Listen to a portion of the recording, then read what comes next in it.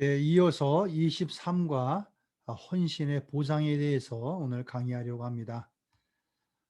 여러분들 요약 숙제에 하나라도 빠지면 안 됩니다. 하나라도 빠지면 수료가 안 됩니다. 요약 숙제 여러분들 꼭 내주시기 바랍니다.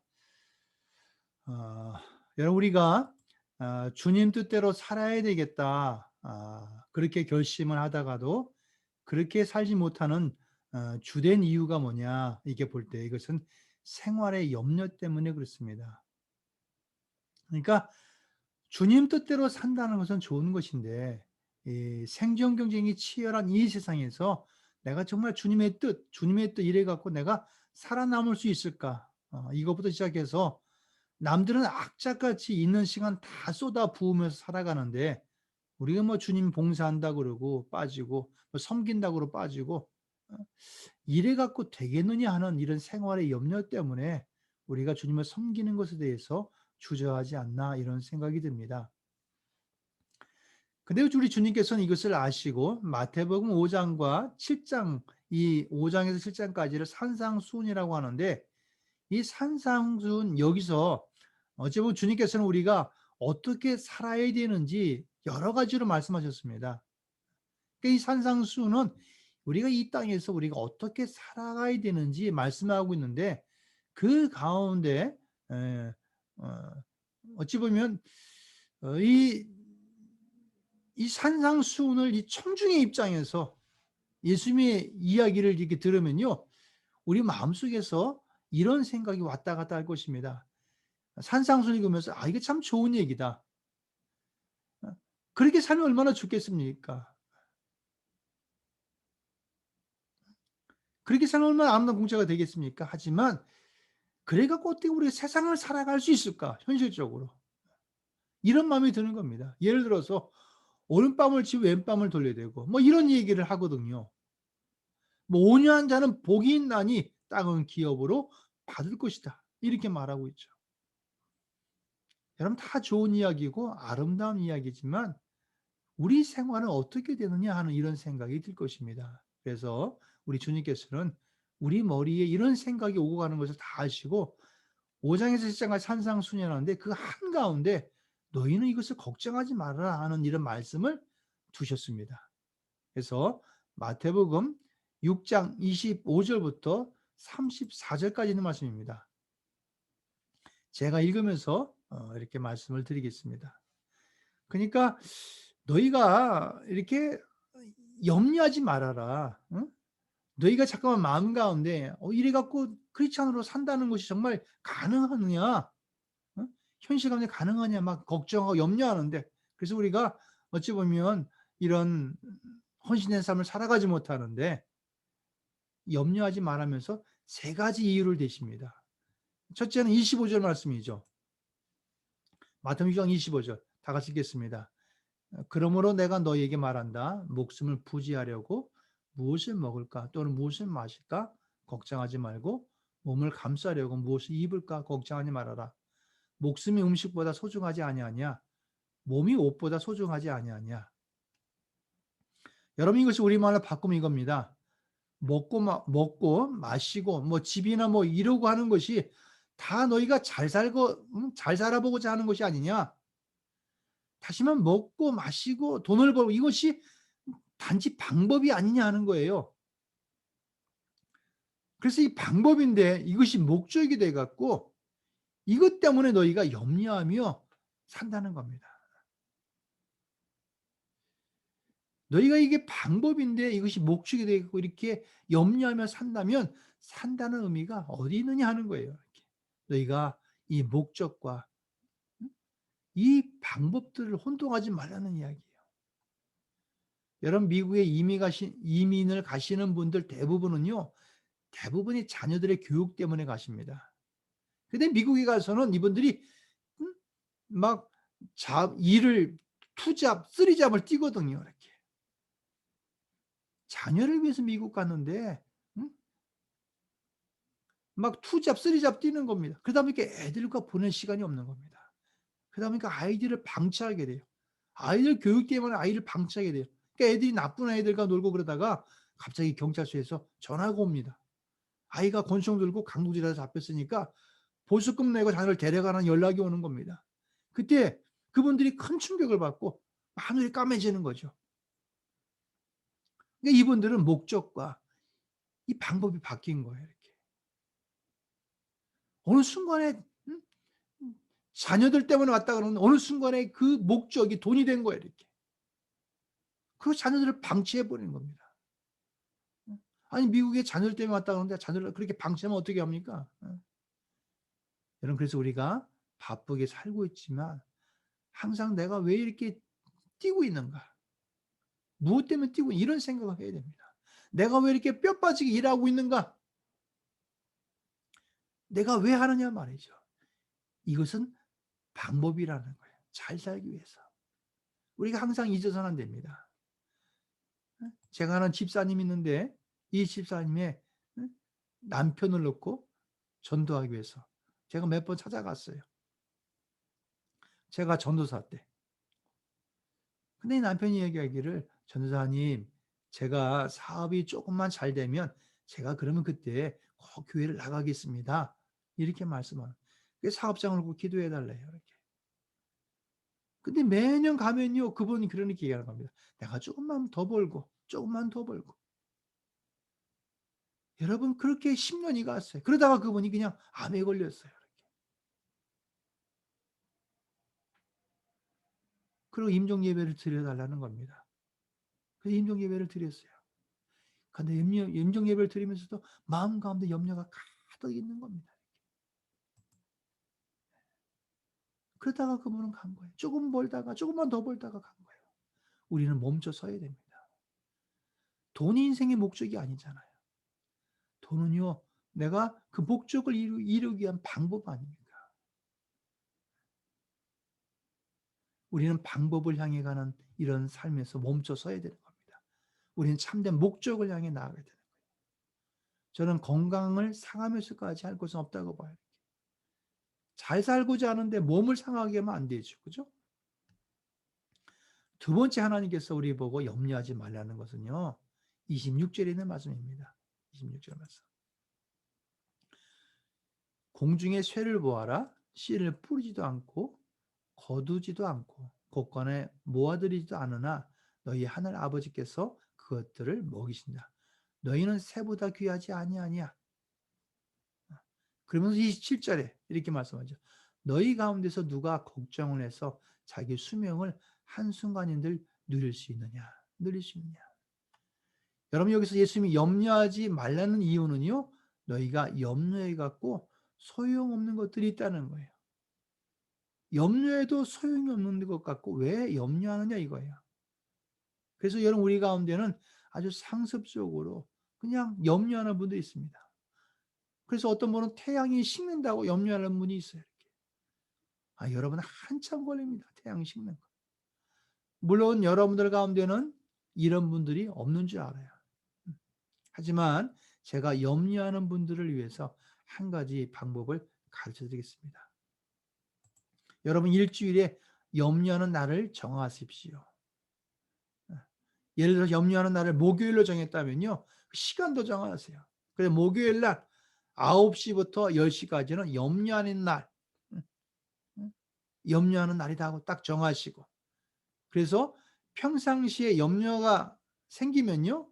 그 염려를 종이에다가 적어서 상자에다가 집어넣으세요. 여러분 그리고 언제 염려합니까? 목요일 날 매주 목요일 날 9시 부터 10시 까지. 그러다가 염려가 생기면 언제 염려해요? 목요일 9시 부터 10시 까지. 그리고 종이에 적어서 상자에 집어넣습니다. 그래서 다 모았다가 1 시간 동안 세게 염려하는 겁니다. 열심히 해야 하니까. 근데 목요일 날 그 상자를 열어서 읽어 보면요. 80% 정도는요. 사실 염려거리가 아닌데 염려한 겁니다. 그리고 약 20% 정도는요. 내가 좀 생각도 하고 결정도 하고 그런 것들입니다. 그래서 생각도 하고 그리고 열심히 하면 끝. 염려 끝. 여러분 이거 제가 웃으라고 그러는 것이 아니라 사실 상담 치료할 때 쓰는 방법 중에 하나입니다. 여러분 우리에게는 염려할 것과 염려하지 말아야 될 것을 구별할 줄 아는 지혜가 필요합니다. 그러면 우리가 어떻게 염려할 것과 염려하지 않을 것을 구별할 수 있을까요? 방법을 말씀드리면 이것입니다. 이렇습니다. 먼저 여러분 염려가 떠오르면요. 노트 한가운데 노트 한가운데 위에서 아래로 줄을 긋습니다. 하나의 선을 그어요. 세로로. 그리고 왼쪽에는 내가 할 일, 그리고 오른쪽에는요. 내가 할 수 없는 일을 적어보는 겁니다. 그래서 내가 할 수 있는 일들은 내가 행하고, 그럼 내가 할 수 없는 일들은 하나님께 기도하고 맡기는 겁니다. 그래서 예수님께서 염려하지 말라는 것은요. 염려해도 소용없는 것이 있으니까 염려하지 말라는 거예요. 하지만 예수님이 사실 하고 싶은 이야기는 마지막 세 번째 이유 때문에 했습니다. 이것 때문에 염려하지 말라는 거죠. 28절에서 31절까지 읽도록 하겠습니다. 어찌하여 너희는 옷 걱정을 하느냐? 들의 백합화가 어떻게 자라는가 살펴보아라. 수고도 하지 않고 길쌈도 하지 않는다. 그러나 내가 너희에게 말한다. 온갖 영화로 차려입은 솔로몬도 이 꽃 하나와 같이 잘 입지는 못하였다.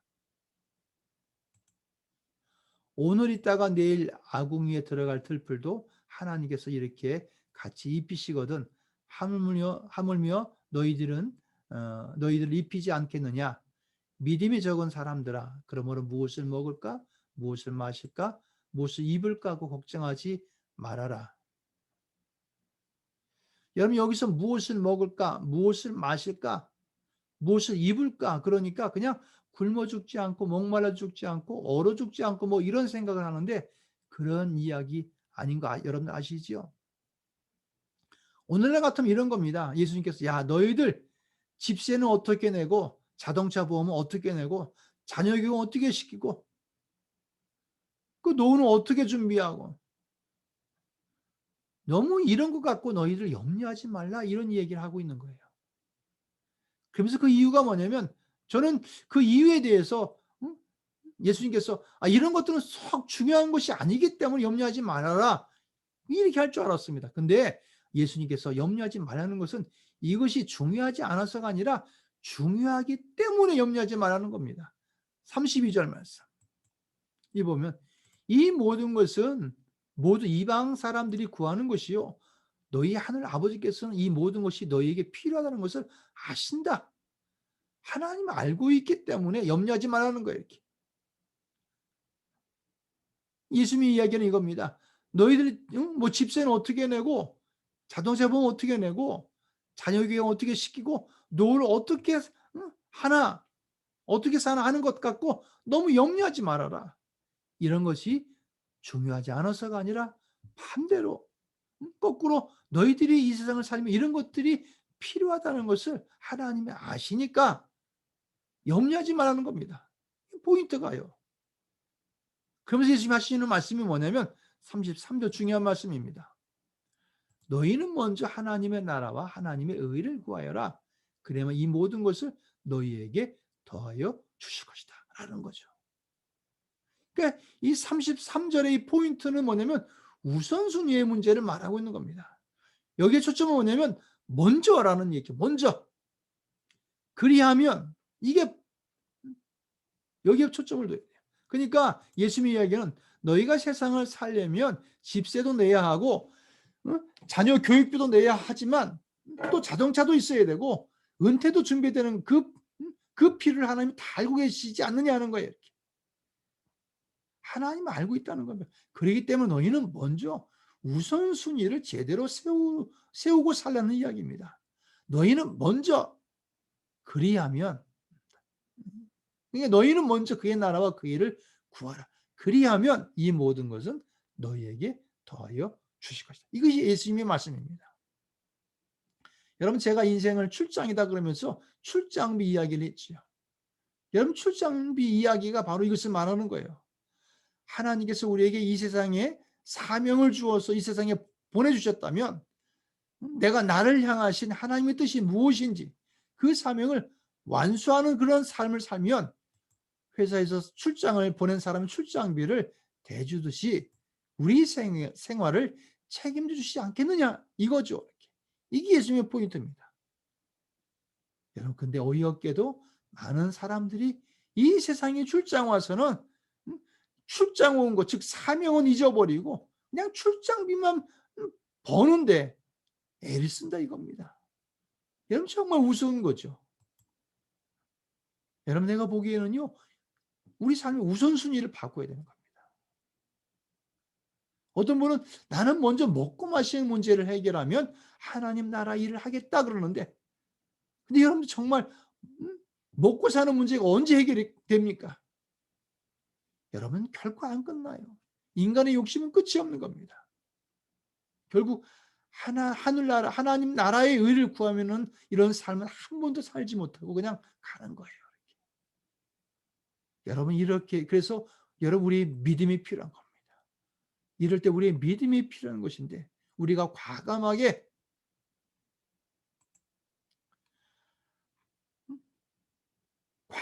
우선순위를 먼저 하나님 나라의 의를 구하며 살게 되면 우리 생활에 필요한 것은 하나님이 채워주신다 이겁니다. 하나님 나라의 그 의를 구하고 그 뜻을 구하며 살게 될 때 생활에 필요한 것은 하나님이 채워주신다 이겁니다. 제가 신학교 들어갔어요. 대전 침례 신학대학교 들어갔습니다. 근데 들어가서 이렇게 신학교 생활을 하면서 제 마음 가운데 갈등이 생기기 시작했어요. 뭐냐면요. 우리 다른 친구들은 대학교 들어간 내 친구들은 동기 친구들은 일반대의 아이들은 학교를 졸업하면 어떻게 살겠다. 또 돈이 얼마큼 들어와서 어떻게 생활을 꾸리겠다. 결혼도 하고 뭐 이런 생각이 있는데 신학교는요. 아무 그런 것이 없는 거예요. 이렇게. 제가 가장이고 부모님도 있고 동생들도 있고 또 결혼하면 내 가족들도 있을 텐데. 그 당시 전도사 사례금이 30만 원인가 그랬어요. 이렇게. 그래서 내 마음에 그걸 갈등이 생겨 신학교를 다녀야 될 것인가 말아야 될 것인가 갈등이 생기는 겁니다. 그래서 신학교 2학년 때 제가 2학년 1학기 때 내 마음 가운데 염려가 되는 거예요. '어떻게 먹고 살지?' 염려가 생긴 거예요. 그래서 학교 수업은 안 듣고 대전 선화동에서 대전역에서 버스를 타고 학교가 선화동에 있었는데 버스를 타고 이렇게 나가는 거예요. 이렇게. 그럼 한 바퀴 시골로 돌아서 다시 대전역으로 다시 오는 겁니다. 이렇게. 가다가 시골에서 내려서 걷기도 하고 그래서 제가 2학년 1학기 때 학점이 막 F도 맞고 학사 경고장을 받았어요. 이런 식으로 성적을 또 내면 다음은 학교에서 퇴학을 시키겠다. 기숙사에서 쫓겨났고요. 갈 데가 없는 겁니다. 부모님께 말씀을 드릴 수도 없고. 그래서 이제 학기가 끝나고 제가 이제 방학 때 기도원에 갔어요. 하나님께 눈물로 기도했습니다. 내가 신학교를 계속 다녀야 되는 건가? 내가 어떻게 될 것인가? 하나님 앞에 막 기도를 했어요. 이렇게. 금식하면서 내 길이 무엇인지. 근데 막 기도하면서 하나님께서 주시는 마음이 내가 너를 불렀다는 거예요. 이렇게. 신학교를 계속 다녀야 된다는 겁니다. 이렇게. 그래서 하나님께 그때 눈물로 하나님께 기도를 드렸습니다. 그때의 마음은요 억울한 느낌이에요. 이렇게. 억울한 느낌. 내가 손해보는 그런 느낌이었어요. 그 당시 제 생각은 내가 부모를 섬기고 그러기 위해서는 최소한 결혼 생활하기 위해서 한 200만 원 정도는 있어야 되겠는데 아무것도 없는 거예요. 전도사 월급이 30만 원이니까. 그때 너무 억울한 것 같은 느낌으로 눈물을 흘리면서 하나님 내가 하나님께 헌신하겠습니다.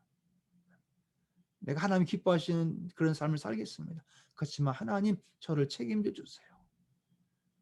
제가 아직 결혼한 여자친구도 없지만 앞으로 장차 배우자 될 내 아내와 자녀들을 책임져 주세요. 부모님들을 책임져 주세요. 그들을 책임져 주세요. 하나님께 기도했습니다. 그러고 나서 시간이 지나서 제가 오늘 내 삶을 돌아볼 때 그때는 정말 믿음이 없어서 내가 손해보는 것처럼 그랬지만 하나님께 내 필요한 것들을 지금 채워주셨고요. 내가 정말 이렇게 가치 있는 삶을 살아간다는 것. 부족한데도 이런 의미 있고 가치 있는 일에 사용된다는 게 얼마나 감사한지 모릅니다. 저는 그때 느끼는 것이 뭐냐면 내가 그때는 이랬는데 하나님께서는 정말 하나님의 나라와 그 일을 구하며 살아갈 때 내 삶에 필요한 것들을 하나님이 채워주시는구나.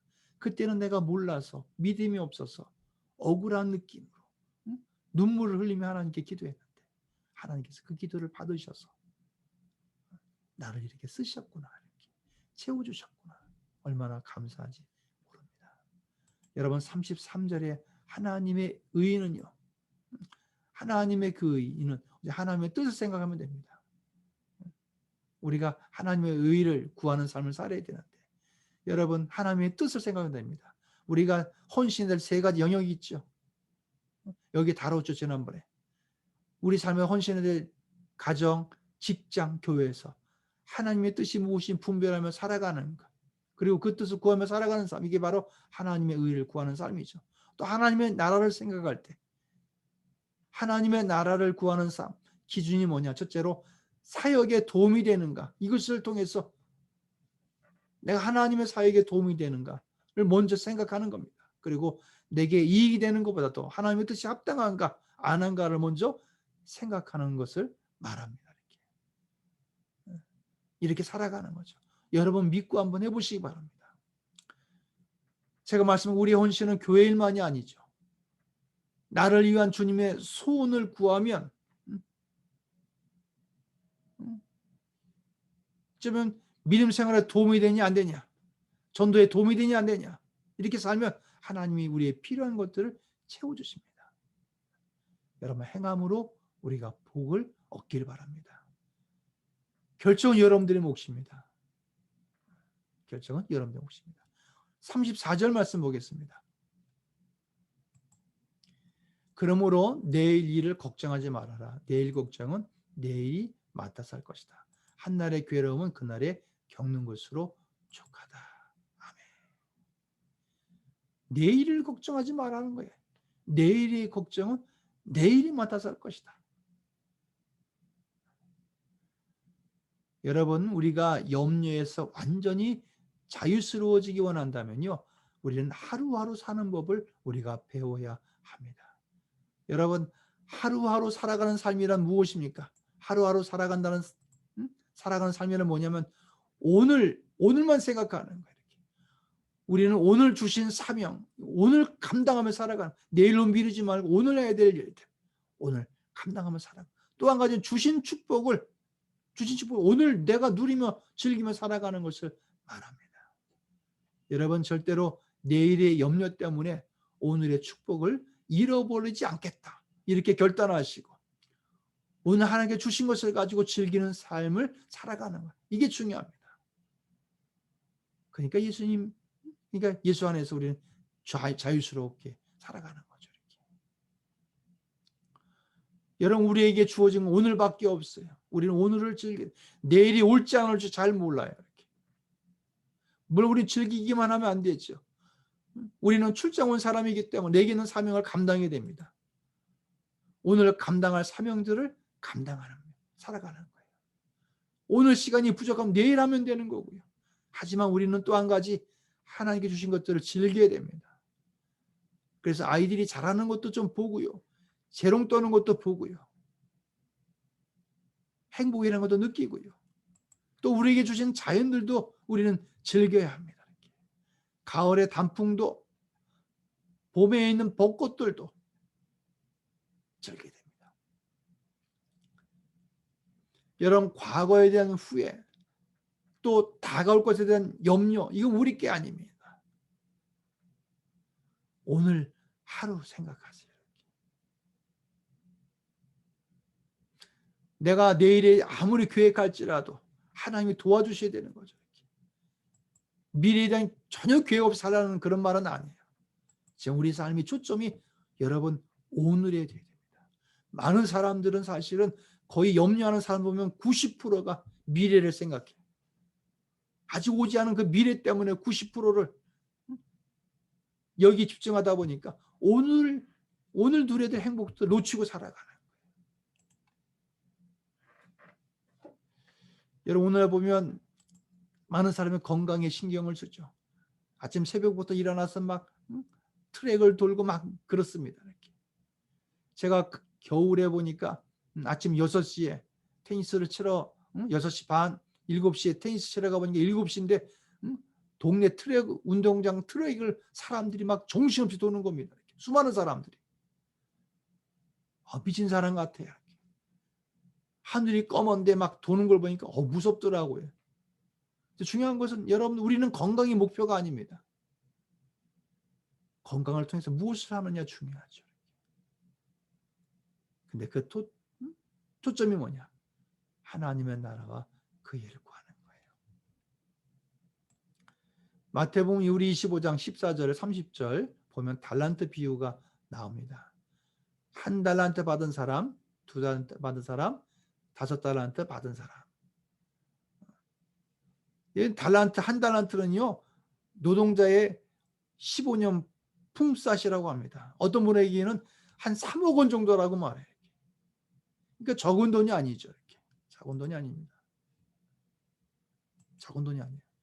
한번 읽겠습니다. 14절부터 30절까지. 또 하늘나라는 이런 사람 사정과 같다. 어떤 사람이 여행을 떠나면서 자기 종들을 불러서 자기의 재산을 그들에게 맡겼다. 그는 각 사람의 능력을 따라 한 사람에게는 5달란트를 주고 또 한 사람에게 2달란트를 주고 또 다른 한 사람에게는 1달란트 주고 떠났다. 5달란트를 받은 사람은 곧 가서 그곳으로 장사를 하여 5달란트를 더 벌었다. 2달란트 받은 사람도 그와 같이 2달란트를 더 벌었다. 그러나 1달란트를 받은 사람은 가서 땅을 파고 주인의 돈을 숨겼다. 오랜 뒤에 그 종들의 주인이 돌아와서 그들과 셈을하게 되었다. 5달란트를 받은 사람은 5달란트를 더 가지고 와서 말하기를 주인님, 주인께서 5달란트를 내게 맡기셨는데 보십시오. 5달란트를 더 벌었습니다 하였다. 그의 주인이 그에게 말하였다. 잘했다. 착하고 신실한 종아. 내가 적은 일에 신실하였으니 이제 내가 많은 것을 내게 맡기겠다. 와서 주인과 함께 기쁨을 누려라. 2달란트를 받은 사람도 다가와서 주인님, 주인님께서 2달란트를 내게 맡기셨는데 보십시오. 2달란트를 더 벌었습니다 하고 말하였다. 그의 주인이 그에게 말하였다. 잘했다. 착하고 신실한 종아. 내가 적은 일에 신실하였으니 이제 내가 많은 일을 내게 맡기겠다. 와서 주인과 함께 기쁨을 누려라. 그러나 1달란트를 받은 사람은 다가와서 말하였다. 주인님, 나는 주인이 굳은 분이시라 심지 않은 데서 거두시고 뿌리지 않은 데서 모으시는 줄로 알고 무서워하여 물러가서 그 달란트를 땅에 숨겨두었습니다. 보십시오. 여기에 그 돈이 있으니 받으십시오. 그러자 그의 주인이 그에게 말하였다. 악하고 게으른 종아, 너는 내가 심지 않은 데서 거두고 뿌리지 않은 데서 모으는 줄 알았다. 그렇다면 너는 내 돈을 돈놀이하는 사람에게 맡겼어야 했다. 그랬더라면 내가 와서 내 돈에 이자를 부터 받았을 것이다. 그에게서 그 1달란트를 빼앗아서 10달란트를 가진 사람에게 주어라. 가진 사람에게는 더 주어서 넘치게 하고 갖지 못한 사람에게서는 있는 것마저 빼앗을 것이다. 이 쓸모없는 종을 바깥 어두운 데로 내쫓아라. 거기서 슬피 울며 이를 가는 일이 있을 것이다. 아멘. 5달란트 받은 사람 얼마나 남겼습니까? 5달란트. 그러니까 10달란트죠. 2달란트 받은 사람 얼마나 남겼어요? 2달란트. 그래서 합이 4달란트. 1달란트 받은 사람 얼마나 남겼습니까? 그냥 1달란트. 아무것도 안 했어요. 우선 여기서 두 사람은 봅시다. 5달란트 그리고 2달란트 받은 사람. 이 두 사람만 볼 때 이 두 사람은요 2배 이상을 남겼습니다. 근데 이 두 사람 가운데 칭찬에 어떤 차이가 있나 살펴보시죠. 21절과 23절입니다. 칭찬의 차이가 어떤 차이가 있습니까? 21절과 23절을 보면요. 칭찬의 차이가 전혀 없어요. 똑같습니다. 근데 그럼 주인의 칭찬의 초점이 뭘까요? 주인의 칭찬의 초점이 뭐냐는 겁니다. 그것은 착하고 신실한 것입니다. 착하고 신실한 것. 이 말은 하나님께서는 상급을 줄 때는요. 결과에 의하지 아니하고, 그러니까 어떤 사람은 10달란트 남기고 4달란트만 남겼는데 배가 차이가 나죠. 근데 칭찬은 똑같습니다. 그러니까 하나님께서 상급을 주실 때는요. 결과에 의하지 아니하고 얼마나 충성하느냐를 보신다는 것을 보여주고 있는 겁니다. 얼마나 충성했느냐 이걸 보시는 겁니다. 저는 우리 교인들이 저보다 더 많이 상을 받길 바란다고 이야기를 한 적이 있습니다. 정말 저는 그러기를 바랍니다. 그런데 이것이 가능한 이유는요. 하나님은 우리의 신실성을 보시기 때문에 그렇습니다. 여러분 노벨 평화상을 받은 테레사 수녀를 아시죠? 테레사 수녀가 인도의 캘커타에서 버려진 아이들을 데려다 키우고 그랬거든요. 근데 이분이 노벨 평화상을 받을 때 기자회견을 하는데 어떤 기자가 이 테레사 수녀를 좀 부정적으로 좀 꼬아서 질문했습니다. 대체로 이런 질문이었습니다. 테레사 수녀님, 당신은 노벨상을 받는데 당신은 무엇을 했습니까?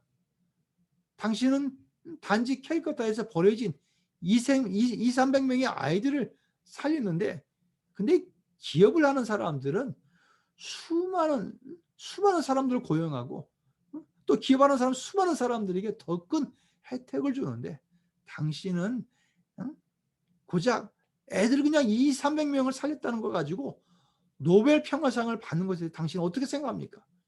이렇게 좀 꼬아서 말한 겁니다. 그때 테레사 수녀가 대답한 것이 아주 인상이 남습니다. 영어로 한국어로 제가 이렇게 말씀을 드리겠습니다. 영어로 God did not call us to be successful, but faithful. 번역하면 이런 겁니다. 하나님은 우리를 성공하라고 부르신 것이 아니라 충성하라고 부르셨습니다. 그러니까 하나님은 성공이 이슈가 아니라 충성이라는 이야기예요. 신실성이라는 얘기입니다. 5달란트 받은 사람과 2달란트 받은 사람들 모두 충성을 다한 사람들이죠. 비록 결과는 배가 차이가 나고 그 결과는 틀리고 열매는 틀렸지만 상은 똑같다는 얘기입니다. 여러분 저는 교회에서 생활비까지 대주면서 복음을 전하러 간 그런 사람입니다. 저를 통해서 1년에 수십 명의 사람들이 주님을 영접했다고 해도 여름 가운데 가정주부로 사람들을 만날 기회도 없고 삶에 바쁜 이런 사람들이 그런 분이 10년에 한 사람을 전도했다고 봅시다. 여러분 그분이 저보다 신실하지 않았다는 보장이 어디 있느냐 하는 거예요. 저와 똑같이 신실했다면요 상급은 똑같은 거예요. 여러분 신실하시기 바랍니다. 충성하시기 바랍니다. 그럼 저와 똑같은 이런 상급을 받는 겁니다. 여러분 그런 1달란트 받은 사람의 문제는 뭡니까? 이 사람은 왜 신실하지 않은 것입니까? 왜 그렇습니까? 그도 하나 더 벌었으면 똑같이 충성했다고 칭찬받겠죠. 근데 하나도 안 한 이유가 뭐냐는 겁니다. 하나도 안 한 이유가 뭐냐는 거죠. 가진 것까지 잃어버릴까 봐. 여러분 이유가 있습니다. 이렇게. 24절 이유죠. 주인님, 나는 주인이 굳은 분이시라. 심지 않은 데서 거두시고 뿌리지 않은 데서 모으시는 줄로 알고 그랬다는 거예요. 그러니까 주인이 하도 어이가 없어서 주인이 이렇게 하죠. 그렇다면 너는 내 돈을 돈 노리는 사람이 맡겼어야 했다. 그랬다면 내가 와서 내 돈의 이자를 붙여 받았을 것이다. 그러면서 악하고 게으른 종아 이렇게 말하는데 여러분 왜 악합니까? 왜 악하냐면요. 주인에 대해서 부정적이고 악한 생각을 가지고 있어서 그렇습니다. 그러면서 너는 왜 게으르냐 하시는 거죠. 적어도 은행에 예금이라도 할 수 있지 않겠느냐. 이렇게 말씀하실 겁니다. 여러분 우리가 왜 신실하지 못하냐 하면요. 하나님에 대해서 부정적이라 그렇습니다. 부정적이라. 하나님 아무에게는 시간이 많이 있지 않습니까? 근데 나는 시간이 어디 있습니까? 너무 바쁩니다. 또 어떤 사람은 부모가 돈이 많아서 그렇지만 나는 정말 백도 없고요. 돈도 없고요.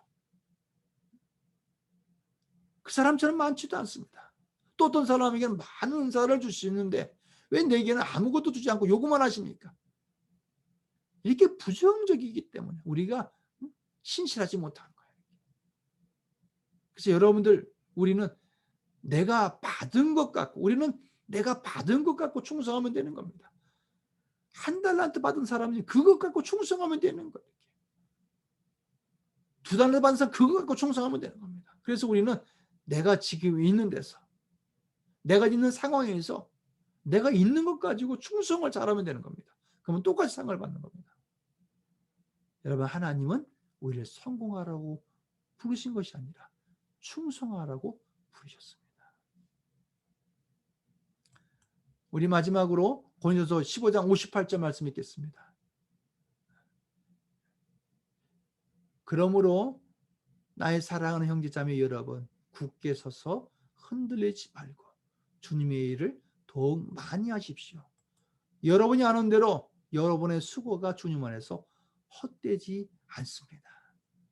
여러분의 수고가 주님 안에 헛되지 않는다는 얘기입니다. 마지막으로 물어보겠습니다. 이 말은 누가 했습니까? 바울이. 누구에게? 고린도 교회에게. 고린도가 지금 어디 있습니까? 그리스 남쪽. 이 말씀 보면 여러분들 굳게 서서 흔들리지 말고 이 말을 하는 거 보면요. 주님의 일을 하다가 흔들리기 쉬우니까 이 말을 하고 있는 거죠. 이렇게. 주님의 일을 하다가 흔들리기 쉬우니까. 그럼 우리가 언제 흔들리기 쉬우냐 하면요. 제일로 큰 것이 열매가 없는 것 같을 때 우리는 흔들립니다. 내가 그렇게 봉사하고 섬겼는데 열매가 없는 것 같을 때, 내가 교사로 봉사하는데 열매가 없는 것 같을 때, 또 어떤 때 흔들리냐? 남이 인정해 주지 않는 것 같을 때 흔들립니다. 제가 보기에 제일로 흔들릴 때가 이 두 가지인 것 같아요. 하지만 흔들리지 말고 주님의 일을 더욱 많이 하십시오. 기회가 있는 대로 많이 하십시오. 왜냐? 여러분의 수고가 주님 안에서 헛되지 않기 때문입니다. 헛되지 않습니다. 이 말에는 두 가지 의미를 가지고 있습니다. 하나는 열매가 반드시 있을 것이다. 또 다른 하나는 상이 반드시 있을 것이다. 이 의미가 있을 수 있습니다. 여러분이 어느 것 같습니까? 이 둘 중에. 저는 상이라고 봅니다. 상이라고. 왜냐하면 지금 15장 고린도서 15장 58절이 근데 이 고린도서 15장은요. 부활에 관해서 얘기하고 있거든요. 부활과 연결되어서 말하고 있기 때문에 그렇습니다. 그래서 궁극적 이야기하는 것은 궁극적 이야기하고 있는 것은 상을 이야기하고 있는 거예요. 상을.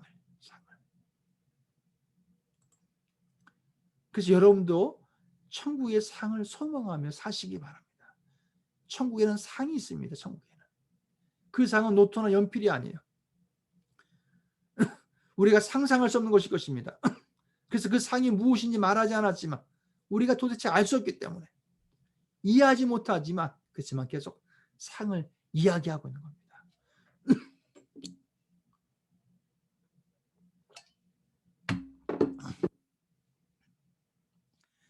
우화인데 이것을 이야기하고 마치려고 합니다. 어떤 사람이 말을 타고 갔습니다. 근데 말을 타고 가다가 자갈밭이 있고 게을물이 흐르고 있는 다리를 건너려는데 퍽 하더니 난장이가 나타났습니다. 그리고 기사를 쳐다보더니 자갈밭을 가리키면서 이 자갈을 주머니에 넣고 가십시오. 그러면 당신은 기뻐하시고 후회할 것입니다. 후회하실 것입니다. 이렇게 말하더니 퍽 사라졌어요. 이 기사가 내가 헛기회를 보았나 하며 그냥 지나가려다가 그래도 그 말이 생각나서 자갈 2개를 집어서 하나는 오른쪽에 하나는 왼쪽 주머니에 넣었습니다. 그리고는 그 일을 잊어버리고 다리를 지나서 한참 가다가 갑자기 이 난장이가 한 말이 생각이 났습니다. 당신은 기뻐하시고 후회할 것입니다. 이게 무슨 말인가 생각이 나는 거예요. 이렇게.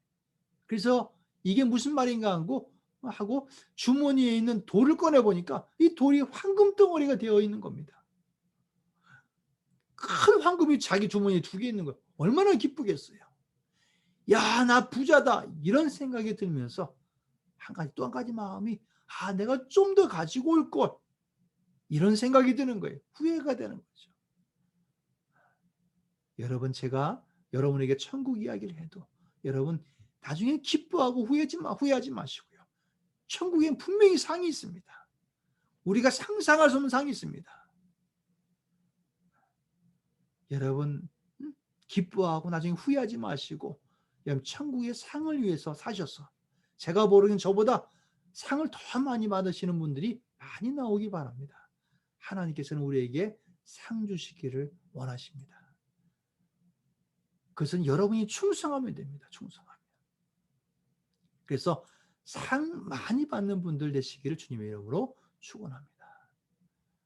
여러분, 드디어 강의는 끝을 맺습니다. 다음 주에 시험이 있습니다. 여러분 지금까지 수고 많으셨습니다. 과제에 끝까지 한 사람도 빠지지 마시고요. 과제에 꼭 내셔서 모든 분들이 수료하길 바랍니다. 그럼 다음 주 시험 시간에 뵙겠습니다. 제가 기도하겠습니다. 사랑의 하나님, 감사합니다. 생명의 삶 모든 강의를 마칩니다. 우리가 배운 모든 그 강의들이 지식으로 머무르 있지 아니하고 정말 내가 순종함으로 행함으로 말미암아 삶 가운데 하늘의 복이 우리 가운데 임할 수 있도록 축복해 주시옵소서. 하나님, 감사합니다. 모든 말씀이 기억나게 하시고 우리 삶을 놀라운 축복으로 이끌어 주시옵소서. 이 모든 것 감사함을 권하신 예수 이름으로 기도했습니다. 아멘. 여러분들 수고하셨습니다.